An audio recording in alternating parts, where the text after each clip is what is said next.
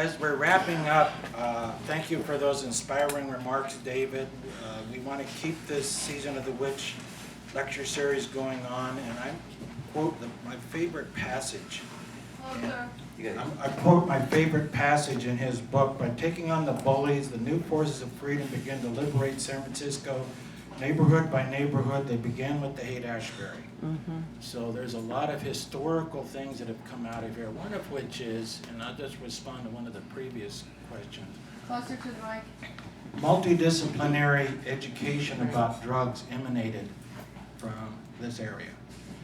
If you go to other areas or this area when people have a particular bias, they want to hear just one particular point of view. That's not what the Haight-Ashbury Clinic and the Journal of Psychoactive Drugs did. We have a diverse opinion. And I, for example, we mentioned Matthew O'Connor and our relationship with law enforcement. They could have closed the Haight-Ashbury Clinic in 1968. None of that would have happened. They came in and said, "David, they're dealing in your waiting room. You got to make them stop." And that's what that sign came about. No dealing, no holding.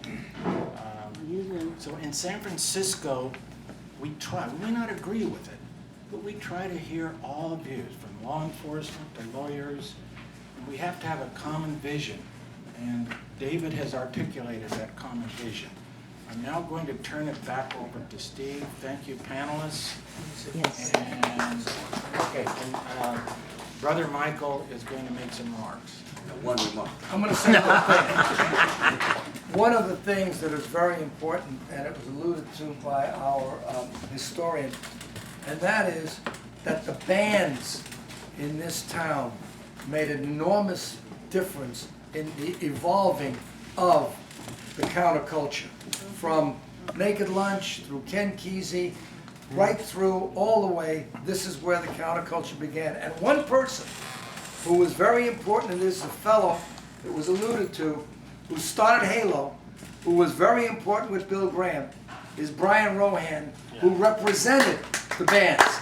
And it was through his hard work and through his understanding of what this counterculture means, he, along with many other people, evolved to what we know today as the counterculture. I can't not say enough about how hard he worked to make this place a different sort of environment. There's no question.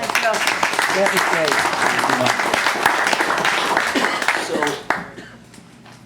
as you heard already, tomorrow, and as you know, tomorrow's 420 in the Haight. Now, when we first talked about doing this panel, we thought we suggested, well, let's do it on 420.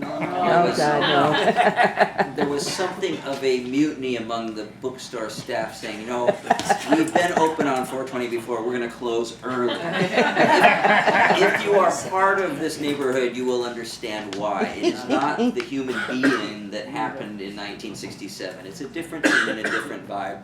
The Examiner today says, nipping 420 in the bud.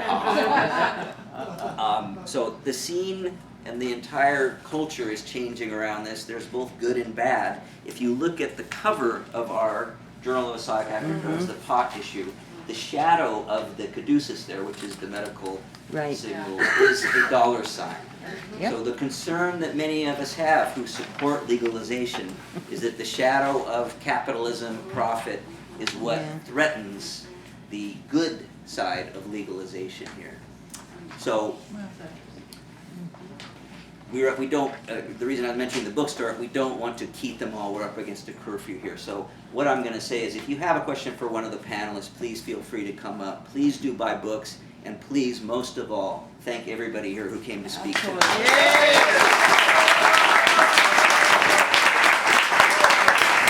Thank you all for coming. Very, very good.